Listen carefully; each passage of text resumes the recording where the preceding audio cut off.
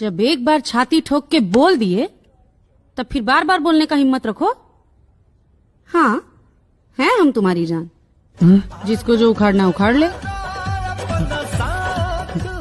क्या कही जान? हमारी सच में? हाँ, सच में। जहान बन गईलू, जहान बन गईलू। मजाक तो नहीं कर रही ना? सच में?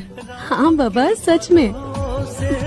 I love you. अब तो ये जान तू ही जान बन गईलू।